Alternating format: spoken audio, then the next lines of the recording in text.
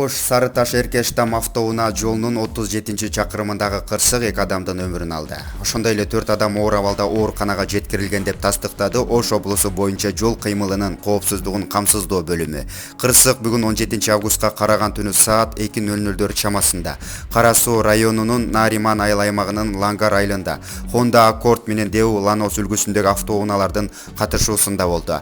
Биринчи унааны Чоң Алай районунун 1990-жылы туулган тургуну АБ башкарып Ош шаарында бара жаткан. Ал эми Дэу Ланос үлгүсүндөгү унааны 1992-жылы туулган СТ башкарып Алайга бара жаткан жаңы жолду каршы тилкеге чыгып кеткен. Анын кесепетинен биринчи унаа менен кагышып айдоочу СТ жана жүргүнчүсү 1994-жылы туулган АБ окуя болгон жерде көз жумду. Дэу Ланос унаасындагы жүргүнчүлөр 23, 24, 25 жаштагы жигиттер.